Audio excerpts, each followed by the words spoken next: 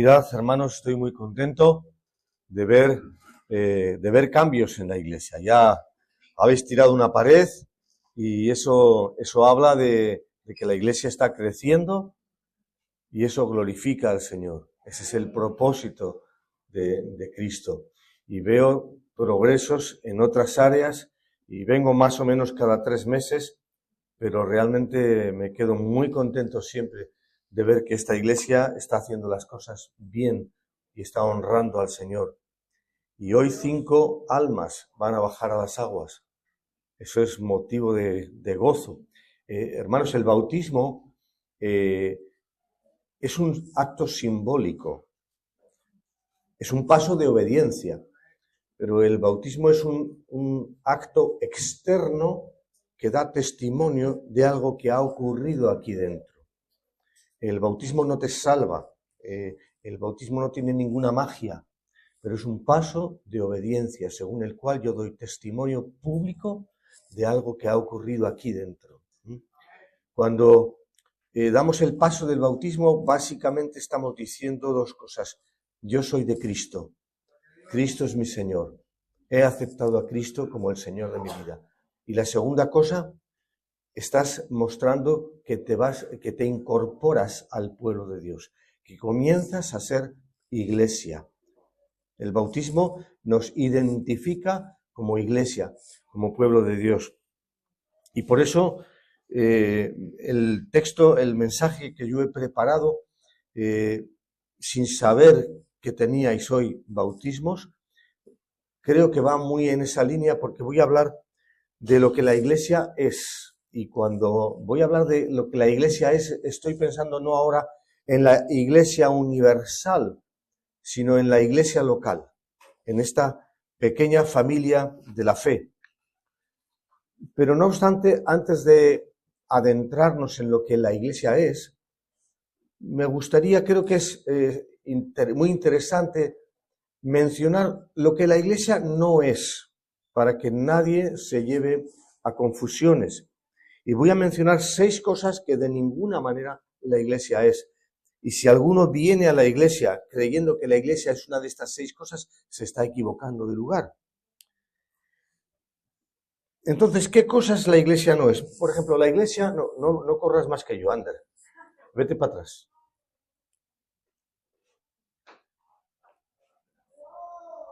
Cuando yo enuncie el título, dale una. La iglesia no es un club. ¿Por qué digo esto? Porque algunas personas van a la iglesia con la misma mentalidad que irían a un club.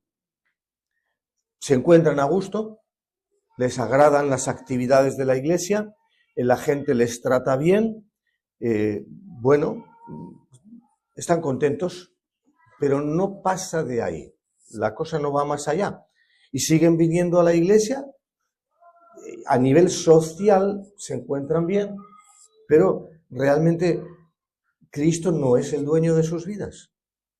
Son simpatizantes del cristianismo, se relacionan saludablemente con la gente, pero domingo tras domingo pues repiten eso mismo, que es algo social.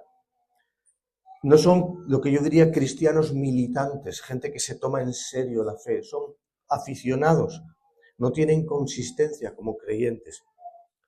Yo he visto, por ejemplo, para que os hagáis idea a qué me estoy refiriendo, he visto iglesias que para que los jóvenes no se les marchen, no se le vayan de las iglesias, imitan las cosas atractivas del mundo y bueno, pues que ponen luces de colores, ponen música rock, el formato de las reuniones parece más una reunión mundana y están queriendo imitar aquellas cosas que los jóvenes saldrían a buscar en el mundo, en la calle. Bueno, pues consiguen que los jóvenes vayan a la iglesia como quien va a un club de jóvenes. En sí mismo, el poner luces de colores no está mal, y no estoy queriendo condenarlo. Adaptar las cosas a la franja de edad de los jóvenes y a su mentalidad es correcto. Eso va a ayudar acercarse a su estilo de comunicarse, va a ayudar a que ellos puedan conocer a Cristo, ¿vale? Pero lo que no podemos hacer es reproducir los patrones mundanos e insertarlos en la iglesia, convirtiéndola en un club. Porque he puesto un ejemplo de los jóvenes, pero es que hay iglesias que hacen eso con los adultos. Entonces, la iglesia no es un club. La segunda cosa que no es la iglesia no es una ONG. ¿Por qué digo esto? Porque hay gente con mucha preocupación por todos los temas sociales, solidaridad, por el evangelio social, y no conceden suficiente importancia al verdadero eje del evangelio, que es el mensaje de salvación de Cristo. Solo buscan la parte social de la iglesia. El evangelio tiene una parte social. Yo siempre he defendido que Jesús con una mano traía el pan de vida, la salud, las resurrecciones, la multiplicación de panes y peces, pero con la otra mano traía ese mensaje de perdón y salvación. Hay una parte social en el evangelio, benéfica, sí, la atención a los ancianos, a los niños, a las familias, a la gente desfavorecida, es parte del evangelio, ¿verdad? Pero la función primordial de la iglesia es la proclamación del evangelio, el discipulado de los que han dado el paso de fe, y de esa manera que el reino de Dios se extienda. Y históricamente ha habido muchos grupos cristianos que han concedido un énfasis tremendo a la parte social y han convertido la iglesia en un agente social, incluso en un agente político. Me estoy acordando de la teología de la liberación en Latinoamérica hace algunas décadas, ¿no? Bueno, la iglesia tiene que ayudar en lo humano, sí, pero el propósito fundamental de la iglesia de Cristo vuela mucho más alto que esto. La iglesia no es un circo. Cuando uno visita iglesias o cuando ve algunos reportajes de lo que se hace en algunas que se llaman iglesias, se da cuenta de que hay muchas tonterías, muchas payasadas, y que en algunas iglesias parece que todo vale. Cada cual hace como bien siente, y algunos grupos pentecostales llegan a distorsionar tanto su comportamiento hasta límites que la Biblia no conoce. Yo he visto un pastor que mandaba a todos los jóvenes ponerse en fila, unos enfrente de los otros, como cuando les hacen el pasillo a los futbolistas, ¿no? Y entonces uno pasaba por debajo de todo ese túnel y los demás le hacían así, y entonces recibía el Espíritu Santo. Y digo, ¿qué Biblia ha leído esta persona? O he visto simulaciones de sanidades que no eran sanidades. A esto me estoy refiriendo cuando digo convertir la iglesia en un circo. Entonces, ya os aseguro que vuestro pastor no va a permitir que en esta iglesia se haga circo. Pero es que hay mucha gente que le gusta y que va buscando eso. Entonces, la iglesia no es un circo. Lamentablemente están ocurriendo muchas cosas que deterioran la imagen de la iglesia, aquí y en Latinoamérica. Latinoamérica empieza a ser difícil encontrar una iglesia de sana doctrina, de verdad, porque la gente quiere movidas, pero la iglesia no es un circo. La iglesia tampoco es una herramienta, bueno, me olvido el versículo. Pablo dice en 1 Corintios, hágase todo en la iglesia decentemente y con orden, ¿vale? La cuarta cosa que la iglesia no es una herramienta para mi carrera personal. Algunas personas se han aprovechado de la dinámica de la iglesia para buscar su autopromoción. Quizá eran personas que fuera de la iglesia pues pasan desapercibidas, no tienen mucho reconocimiento, pero en la iglesia ven como que pueden intentar ganarse poco a poco cierto reconocimiento e ir ascendiendo en el escalafón. La iglesia no es eso. Y necesitamos tener mucho temor de Dios, porque Dios escudriña nuestros corazones. Dios sabe, detrás de cada uno que sirve, Dios sabe los motivos que hay. Algunas personas solo les gustan áreas de servicio públicas en las que se te ve. Pero tú no tienes que buscar visibilizarte. Tú tienes que estar en el lugar donde Dios te pone. Y si Dios te pone en una tarea anónima, vas a servir ahí. Porque luego va a llegar un día en las bodas que va a decir, no, pasa tú adelante y tú siéntate más atrás. Jesús nos ha hablado de estas cosas. Entonces, no haya motivaciones de querer yo autopromocionarme en la iglesia, sino de servir. Ministro significa servidor. Ministerio significa servicio. Alguna gente van con la pompa de soy ministro. Eres servidor. Eres servidor. Jesús dijo, no he venido a ser servido, sino a servir. Y dijo lo mismo para sus seguidores. La iglesia tampoco es una secta, porque la iglesia a veces puede caer en comportamientos sectarios, aunque ella misma no se identifique como una secta. Lo hemos visto en otros grupos evangélicos. Y recientemente ha habido noticias tristes de alguna iglesia que desarrollaba comportamientos sectarios. Hay 3 rasgos que tipifican o que son distintivos de una secta, y los voy a mencionar para que estemos atentos y sepamos de qué hablamos. Uno de estos rasgos es el control. Una secta busca controlar de alguna manera a sus miembros, a sus adeptos. Intenta controlar lo que hablan, lo que piensan, con quién van, qué hacen, qué no hacen. Supervisa en exceso sus vidas y los conduce a tomar decisiones anulando en parte o totalmente su voluntad, su libertad personal, y condicionándoles a los dictados de la secta.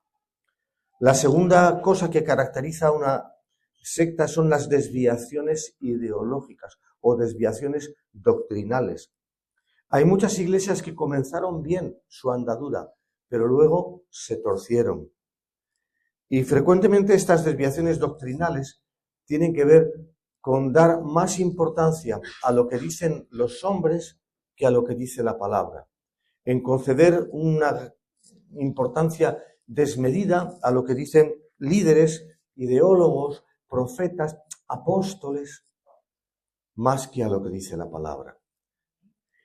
Y otras veces estas desviaciones tienen que ver con el hecho de que toman una parte de la palabra, muchas veces en una cuestión, una verdad bíblica que es de secundaria, pero le dan una prioridad, la convierten en el eje de su doctrina. Esto ha pasado, está pasando con las líneas de la teología de la prosperidad. Sí que la Biblia habla de prosperar, la Biblia habla de dinero, pero hacen de eso el eje y terminan fabricando una ideología que es una desviación tremenda de la palabra, ¿no? Y tendrán que dar cuenta delante de Dios. O, por ejemplo, grupos que han concedido al tema de guardar el sábado una importancia vital, casi salvífica. Son aspectos de la palabra que no son prioritarios, pero que les dan una importancia, lo convierten en el eje de su doctrina. Y esto raya con lo sectario. El tercer rasgo es el culto al líder. Este es un rasgo muy constante en todas las sectas, en todos los grupos sectarios. Y la Iglesia tiene que evitar el culto al líder. ¿Qué nos dice la palabra? Someteos los unos a los otros en el temor de Dios. Los pastores nos sometemos a los hermanos se someten a nosotros. Hay una línea de sometimiento mutuo en el temor de Dios. Sí, el pastor es la persona a la que Dios ha llamado, porque si Dios no te ha llamado, no intentes pastorear. Es la persona a la que Dios ha llamado para liderar la iglesia, pero el pastor no es un intocable, como defienden algunos. El pastor puede pecar, y si peca, puede ser y debe ser amonestado. Para evitar esto, yo siempre he recomendado a todos los pastores que tengan alguien por encima a quien rendir cuentas. No solo a los pastores, a todos los que llevan algún tipo de responsabilidad. Que tengamos alguien por encima a quien rendir cuentas. No sirve esa excusa de gente que espiritualiza las cosas. No, yo solo rindo cuentas a Dios. Eso no es así, eso no es así. Así que la Iglesia tiene que estar alerta, y si alguna vez ve que alguno de estos rasgos aparecen, hay que corregirlo, porque la Iglesia no es una secta. Por último, la Iglesia no es un supermercado.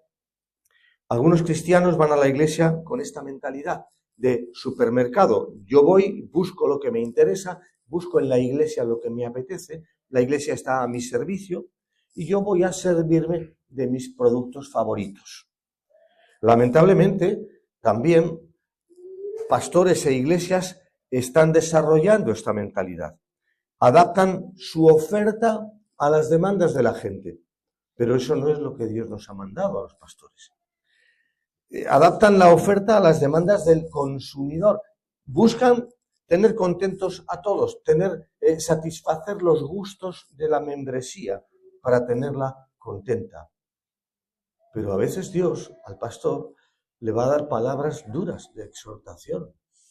No se trata de predicar solo cositas agradables, porque si uno ministra esta oferta de supermercado para complacer a todos, sí, va a conseguir dos cosas. Va a tener la iglesia llena, pero no va a ser la iglesia de Jesucristo, ¿vale? Así que he querido hacer brevemente esa precisión de 6 cosas que en la iglesia no es, antes de decir, y ahora sí vamos allá, ¿qué es entonces la iglesia y qué es la iglesia local? Bueno, etimológicamente, iglesia se define como el conjunto de los llamados afuera. ¿Qué significa esto?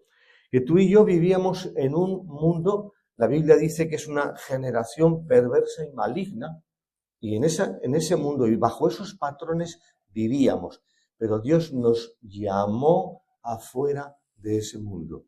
Y ahora somos iglesia, el conjunto de los llamados afuera, separados del mundo para Dios. Esto es el concepto de iglesia. Así pues, en toda su amplitud, sería la iglesia universal, es la asamblea de todos los santos llamados por Dios.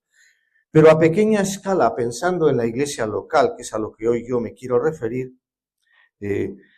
la iglesia está integrada por toda clase de miembros que somos muy diferentes unos de otros, pero que tenemos sí o sí 2 cosas en común. La primera es que somos pueblo de Dios porque amamos al Dios que cambió nuestras vidas.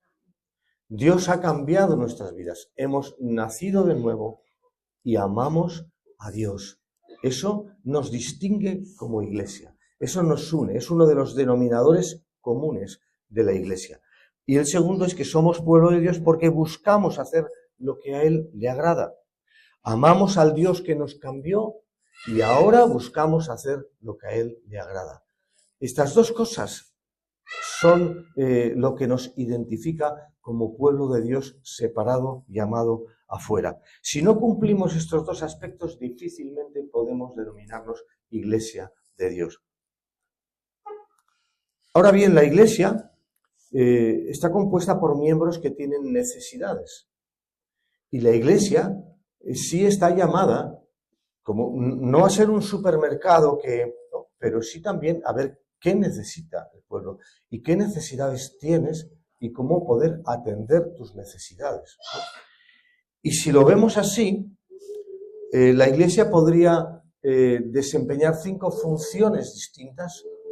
La iglesia podría desempeñar 5 funciones distintas según 5 tipos de necesidades que hay. Así que vamos a considerar la iglesia local bajo 5 aspectos que podríamos ver. Primeramente quiero considerar la iglesia vista como un hospital. La gente, vosotros que venís aquí, muchos, tenéis dolencias espirituales, tenéis debilidades de todo tipo. Estamos enfermos del alma muchas veces y Jesús es nuestro médico del alma. Él ofrece sanidad para nuestro corazón y hay mucha gente que necesita ese calor de la iglesia hospital. Jesús dice en Mateos 11, 28, venid a mí, todos los que estáis trabajados, los que estáis cargados, yo os haré descansar. Es una invitación a la iglesia hospital, donde encontramos refugio, consuelo, paz para nuestro espíritu. El apóstol Pablo, en Romanos 14, hace un llamado, dice a la iglesia, recibid al débil en la fe. Hay gente débil, hay gente enferma que necesita el cuidado de la iglesia hospital para sanarse, para recobrar fuerzas. Y todos a veces nos sentimos de una manera o de otra enfermos, arrastramos sufrimientos, quizá problemas de salud, ¿vale? Vienes a la iglesia hospital, oran por ti, encuentras apoyo. Otras veces problemas familiares, vienes a la iglesia hospital, oran por ti, te apoyan. Preocupaciones importantes, cargas, falta de trabajo, voy a la iglesia hospital, oran por mí, me apoyan. Tristeza, porque he perdido un ser querido, voy a la iglesia hospital, oran por mí, encuentro apoyo, encuentro consuelo. La iglesia está llamada a curar, a restaurar. Jesús es el buen pastor que venda a la perniquebrada, a la oveja que se ha roto la pierna. Estos enfermos del alma encuentran sanidad en la iglesia hospital. Encuentran ánimo para seguir la vida cristiana. En segundo lugar, podemos considerar la iglesia como una escuela, es otra faceta de la iglesia. En la iglesia escuela somos alumnos que aprenden y estudian la palabra. Qué bonito cuando me estaba enseñando el pastor local y estaba Cintia instruyendo la palabra, discipulando. Eso es la iglesia escuela, ¿no? Aprendemos la palabra porque sabemos que en la palabra encontramos toda la enseñanza y las claves para vivir una vida como a Dios agrada. Así que la iglesia tiene esta vertiente.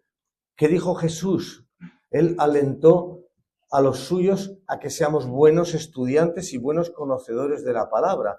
No dijo, bueno, leed el versículo del día y ya está. Le dijo, escudriñad las Escrituras. Escudriñar significa estudiar a fondo, sacarle todo el jugo, exprimirlas, sacarle toda la vida que hay. Escudriñad las Escrituras porque a vosotros os parece que en ellas tenéis la vida eterna y ellas son las que dan testimonio de mí. Y también podemos recordar el caso notorio de los recién convertidos en Berea, que dice Lucas en Hechos de los Apóstoles, en Hechos 17, que eran más nobles que los que estaban en Tesalónica, porque estos recibieron la palabra con toda solicitud, escudriñando cada día las Escrituras para ver si estas cosas eran así. Harás bien en escudriñar las Escrituras y ver si lo que te están enseñando desde el púlpito es conforme a la palabra de Dios. Es nuestra responsabilidad, ¿no? Veamos la iglesia en otra faceta, la iglesia como un cuartel, como una academia militar. La iglesia funciona como un cuartel donde los soldados son entrenados para la lucha, para luchar batallas espirituales. Y es un cuartel donde los soldados son adiestrados para el trabajo de extender el evangelio. Podríamos considerar, y yo sé que vivimos en una sociedad muy antimilitarista, ya yo fui de los últimos que hicieron el servicio militar, pero curiosamente la palabra del Señor habla del cristiano como un soldado, pero en muchos pasajes, ¿no? Mira, nos habla de que somos soldados y de que tenemos que aprender a manejar las armas espirituales que nos han sido dadas. Esta es la exhortación de Pablo en Efesios 6, donde se explica la armadura del cristiano, ¿no? Dice, estad pues firmes, ceñidos vuestros lomos con la verdad, vestidos con la coraza de justicia y calzados los pies con el apresto del evangelio de la paz. Sobre todo tomad el escudo de la fe con el que podáis apagar todos los dardos de fuego del maligno y tomad la espada del Espíritu, que es la palabra de Dios, orando en todo tiempo, en toda oración y súplica en el Espíritu.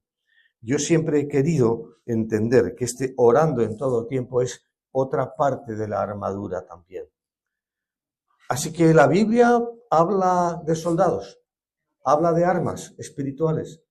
La iglesia es un cuartel donde recibimos este adiestramiento.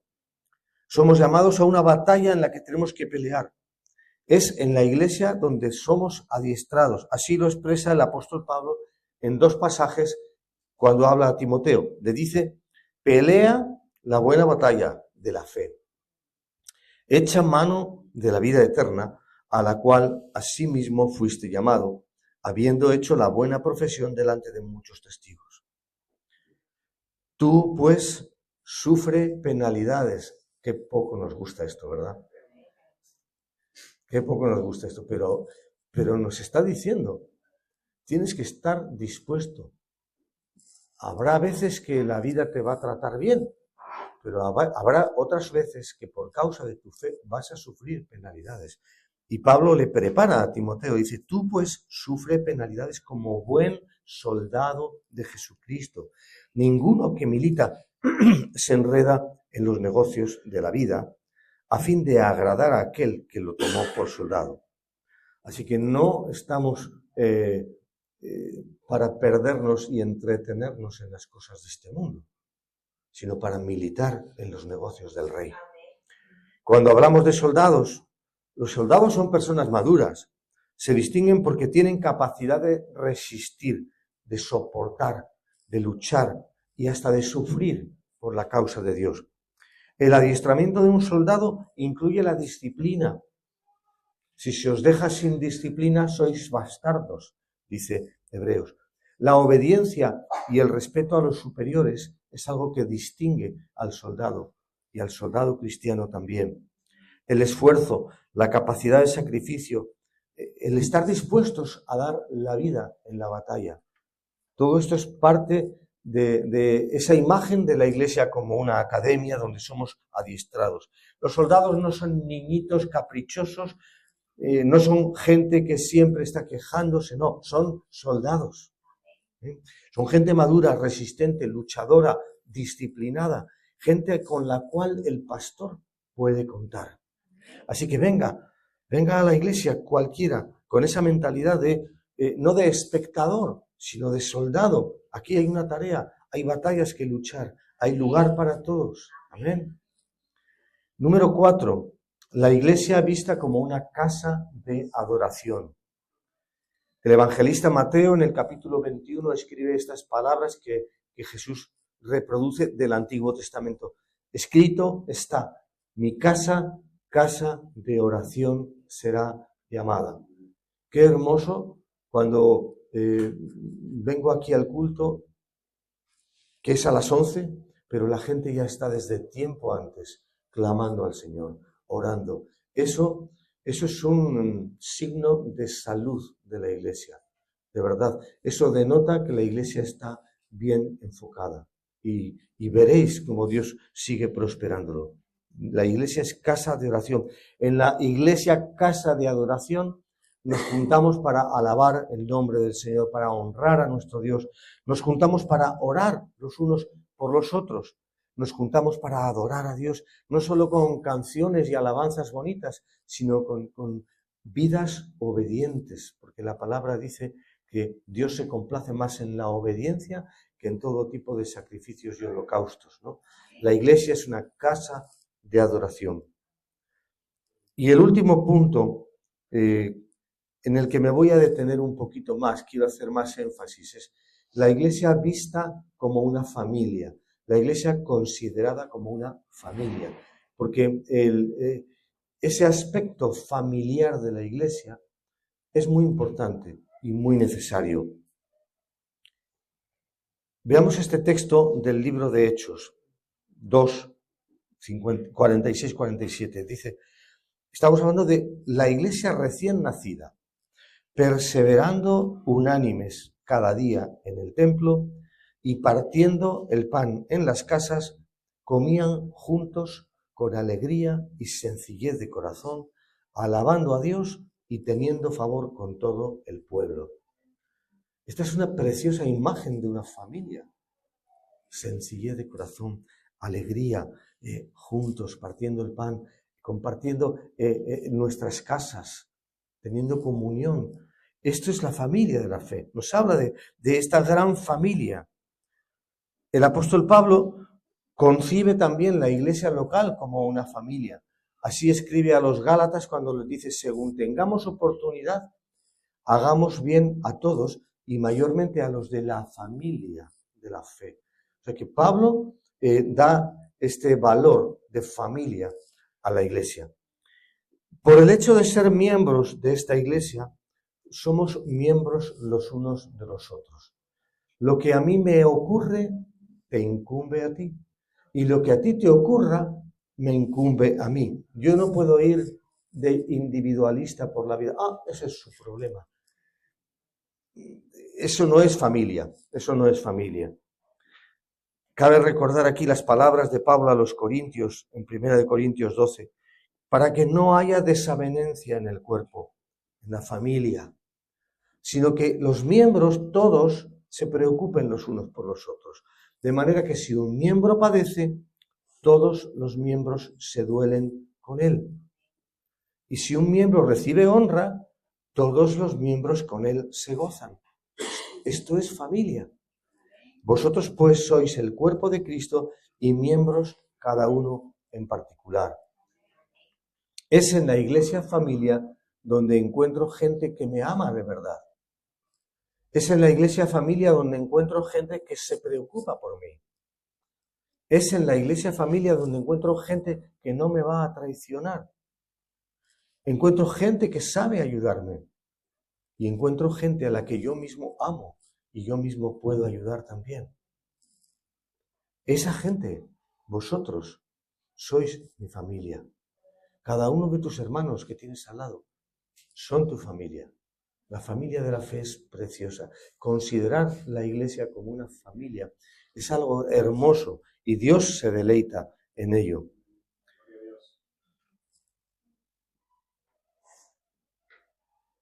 Además hay personas que por las razones que sean no tienen familiares cerca porque han venido de otro país.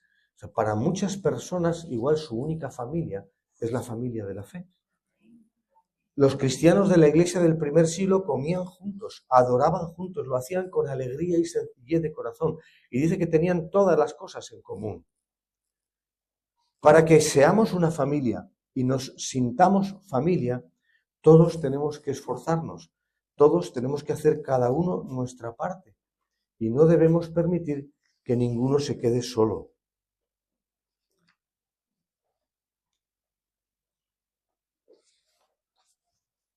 Tenemos que esforzarnos en interesarnos los unos por los otros de corazón, ¿no? ¿Qué tal, qué tal? A veces esos convencionalismos sociales, ¿no? Pero echarle la mano al hombro y decirle: hermano, ¿qué tal? ¿Cómo vas? ¿No? De corazón, ¿no? Y ese hermano te va a decir la verdad, porque también puede, bien, tirando, ¿no? Pero también pues hermano, necesito que ore por mí. Tengo una situación difícil, ¿no? Cuando hay corazón, encuentras respuesta de corazón también. Cuidémonos unos a otros, somos familia los unos de los otros. Mira, yo crecí en una familia, éramos 6 hermanos, había buen ambiente en casa, pero cuando me convertí tuve la siguiente experiencia. Mi primera visita a la iglesia fue en un culto de oración. Y lo que motivó que yo regresara al siguiente día a la iglesia no fue la buena palabra que se compartió, que estaría bien, ¿no? Lo que a mí me empujó y me motivó para volver otro día era que encontré una familia, que encontré gente que se interesaba por mí, pero que no estaban buscando nada a cambio. No es que querían hacer un nuevo adepto para que diera sus diezmos. No. Mira, a mí me atraía el calor de la familia de la fe. Yo iba con mi cigarrito, sacaba el cigarrito después de todos los cultos. ¿Sabes? Ningún hermano me vino a decir: hermano, eso no es de Dios, eso es del diablo, tiene que dejar el tabaco. Nadie me dijo nada. pero me trataban con el mismo amor. Y pasó el tiempo. Y un día dije yo, pero qué cosa tan extraña, que soy el único que saca el cigarrito. Y un día orando dije, Señor, pues si ellos no necesitan fumar, yo tampoco. Bueno, ahí lo dejé. Pasaron 7 días y de pronto digo, anda, Señor, en toda la semana no he fumado. Se me ha olvidado fumar. Yo estudiaba quinto de medicina entonces y siempre entre clase y clase pues salíamos a fumar un pitillo, ¿no? Era lo típico. Pero te prometo que en esa semana es que se me olvidó por completo fumar. O sea que la manera en la que Dios me libró de ese vicio fue de lo más tonta. Pero dije, Señor, si he estado una semana sin fumar, puedo estar el resto de mi vida. Pero yo agradecí que la gente de la iglesia no me quiso cambiar por fuera. Dios me cambió desde dentro. Y esa atención de la familia de la fe,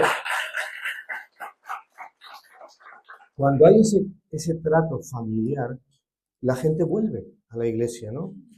Mira, yo iba a mi casa y lo que estaba ocurriendo en mi vida, el nuevo nacimiento, la nueva vida en Cristo, era para mí lo que movía los hilos de mi vida. Pero yo no lo podía compartir con mis hermanos ni con mis padres. Lo intentaba y hablaba, pero encontraba rechazo o incomprensión. Pero en la familia de la fe, lo que estaba ocurriendo en mi vida, yo podía compartirlo. Y cuando uno experimenta tan fuertemente a Dios, no puede estar sin hablarlo, sin compartirlo. Y para mí, en esa etapa, la familia de la fe fue de mucha bendición. ¿La iglesia es una familia imperfecta? Sí. ¿Tiene defectos? Muchos, muchos. Pero yo aprendí que bajo la ley del amor, todas estas cosas pasan a un segundo plano. Yo puedo amarte, aunque tengamos cada uno muchos defectos, aunque a veces me hayas fallado y otras veces te habré fallado yo. Pero la ley del amor va por encima de todo esto, porque son cosas de familia. En la familia nos hacemos daño en casa, ¿verdad? Nos rozamos, y tenemos que pedirnos perdón, disculparnos y reencontrarnos. Y en la familia de la fe pasa exactamente lo mismo.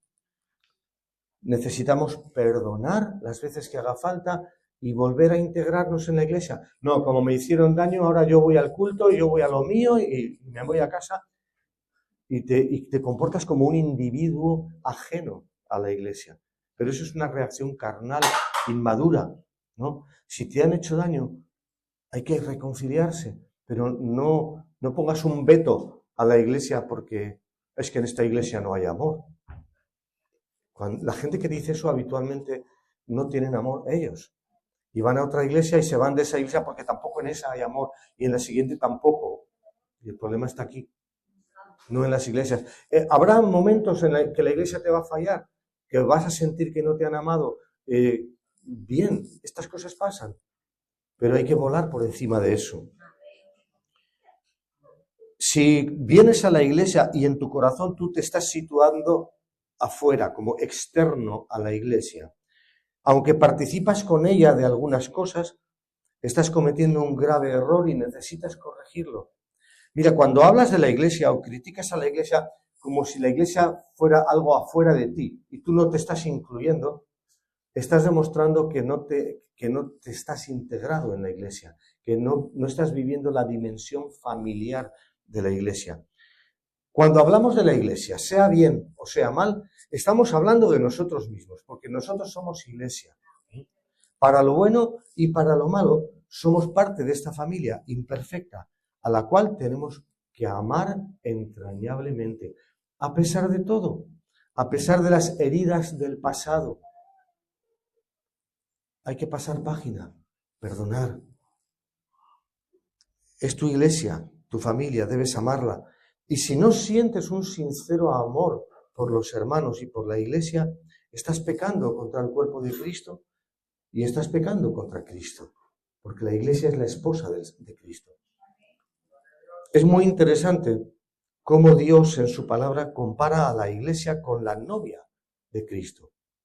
En Efesios 5 dice, maridos, amad a vuestras mujeres, así como Cristo amó a la iglesia y se entregó a sí mismo por ella para santificarla, habiéndola purificada en el lavamiento del agua por la palabra, a fin de presentársela a sí mismo una iglesia gloriosa, que no tuviese mancha, ni arruga, ni cosa semejante, sino que fuese santa y sin mancha. Esta comparación tan estrecha de la vida matrimonial con la relación de Cristo con su iglesia es perfecta, es preciosa. Nadie aborreció jamás a su propia carne, sino que la sustenta y la cuida, como también Cristo a la iglesia. Porque somos miembros de su cuerpo, de su carne y de sus huesos. Por esto dejará el hombre a su padre y a su madre y se unirá a su mujer y los dos serán una sola carne. Grande es este misterio, mas yo me estoy refiriendo, dice Pablo, a Cristo y la iglesia. Hermanos, yo digo, si Dios muestra tan alta estima por la iglesia, ¿cómo no vamos a estimar nosotros a la familia de la fe?